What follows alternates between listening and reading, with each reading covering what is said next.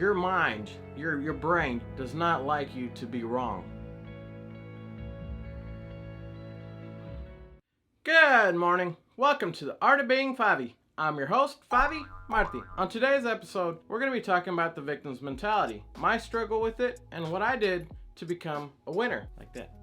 Now you might be wondering, Favi, you seem pretty positive now. What happened? What do you mean? I really don't even believe that you had a victim's mentality. and well, this is something that I've personally struggled with throughout the years. I'm 30 years old, and for about the last 5 years is when I've started to kind of get out of that victim mentality. Part of that I owe to my boss, or my former boss, from a private university that I used to work for. He introduced me to a book called Leadership and Self-Deception by the Arbinger Institute. This book was kind of like a catalyst that got the ball rolling for me, really got me into a different mindset. And so throughout the years, I've struggled with a lot of things, but there was 3 main things that always really bothered me, that were always kind of floating in the back of my head. And once I changed my perception of that, that's when things started to change for me. 3 things that I've constantly dealt with throughout the years that have always kind of bothered me about myself. The first thing is that I was born blind. I was basically born with cataracts, and I wear glasses now, but even without my glasses, I can see pretty much everything with the exception of very small writing. So as a kid, it really bothered me that I always had to wear glasses. Other kids would make fun of me for it, and that's one of those things that constantly weighed heavily on me, especially on my image of myself. The second thing was that when I was 1 year old, I was learning how to walk, and I had an accident. I tripped over something, and some boiled water came down on top of me, and it burned my chest pretty severely. Here, I'll show you. Granted, it's only about yay big. It doesn't really cover my whole chest, just about a quarter of it. But for many years, that really affected my self-conscious and the way I perceived myself. The third thing that really bothered me growing up was that I have kind of a small tooth to gum ratio. So as you can see, I had a lot of gum down here and up here. And so my teeth appear to be smaller than what they really are. And that's just because I have a genetic trait that creates a lot more gum than is necessary for my mouth. So that makes my teeth look a lot smaller than what they really are. The dentist told me that my teeth were perfectly fine. That just means that my gums grew out to be a lot bigger than they needed to be. And he even offered me to do some kind of surgery where they would like cut back some of that so my teeth appeared to be more normal. I went ahead and declined that procedure because once I knew that, I was okay with that. So how did I overcome all of this? Well, I'm going to go ahead and explain that to you, and right after that, I'm going to tell you exactly how you can overcome any obstacles in your life. So the first one, I was born blind, and wearing glasses really bothered me. And there was one day where it finally dawned on me. My glasses were a symbol of progress. Whereas I was born completely blind, I can now see without the need for glasses, unless I have to read really small print. So I always wear them. I need them for driving. And so that really changed my outlook. I suddenly went from the ideology that I was born imperfect. I know, right? We're all imperfect. But I suddenly went to the more empowering thought that I was victorious, that I could overcome anything in life. I mean, heck, I overcame probably one of the most limiting factors in my life. The second part was that I was burned. And once again, it led me to the idea that I overcame that. I overcame almost certain death at the age of 1. Do you know how powerful that thought is?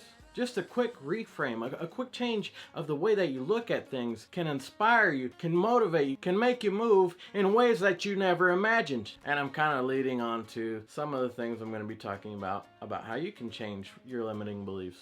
And the third thing was the idea of my teeth being too small. And that's fine. That's something I've embraced as a genuine part of me. It's what makes me uniquely me. There's this herd mentality that people have where everyone wants to look and be the same, and it's all bull. When you learn to genuinely love yourself, when you learn to genuinely accept yourself, when you learn to reframe all the things that have limited you and you now see them as things that empower you, the world changes. Things might look the same on the surface, but everything has changed. So the first thing I want to talk to you about changing your mentality from that of a victim to that of a winner. And this is something that you have to think about thoroughly within yourself. Your mind, your brain does not like you to be wrong. And so by default, it will create stories to match your fears to keep you safe. That doesn't mean your mind is terrible. Your mind is there to protect you. It's there to keep you alive, ultimately. Ultimately, that's what it's trying to keep you safe for. It's trying to keep you safe so that you can live longer. But there's a difference between being scared of a lion or a tiger and being scared of things that don't even exist. And so based off of that, I want you to reframe the stories that you've been telling yourself over the years. The stories that have tried to keep you safe. The stories that have kept you the victim of life circumstances. And change them so that they make you a winner in your own mind. So anytime you make it through something, even if it's the smallest of things, and you're still alive, that's a reason to celebrate. That's a reason to pat your own self on the back. Even when nobody notices, that's the reason for you to say, congratulations, Favi. I mean, to insert your name, obviously. Congratulations, Favi. I'm so proud of you because you made it through this. Because of that, I know you can make it through anything in life. And maybe it's time that you look at things from your past, things that have always haunted you, and try to change the way that you look at them. Try to see what good came out of those tragedies. Try to see what good came out of those problems that you thought were going to ruin the rest of your life. So if there's something that you're struggling with or something that you want to overcome, but it just seems too daunting, too enormous for you to do something about it, start by breaking things into smaller chunks. I've always personally resisted this, but I'm finally starting to come around. Yeah, I know I'm hard-headed, right? But I've finally started to realize that when you break things into smaller parts, you don't have to run a whole mile. You just have to run a block, and then another block, and then another block. Heck, you don't even have to run. You can start by walking. And you don't have to walk 5 miles. You can walk 1 block, and then the next block. Don't overdo it because then you'll get serious blisters. Trust me, I've done that before.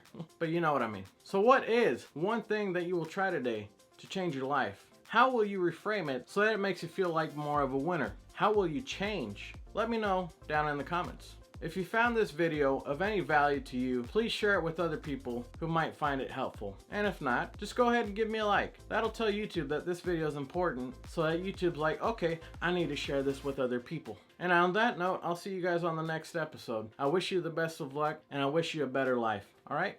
Bye.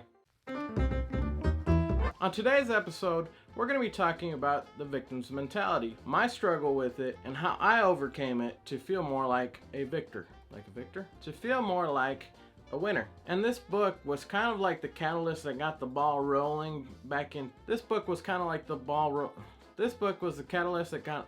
This book was the kind of and this book was kind of like the ball that got the roll.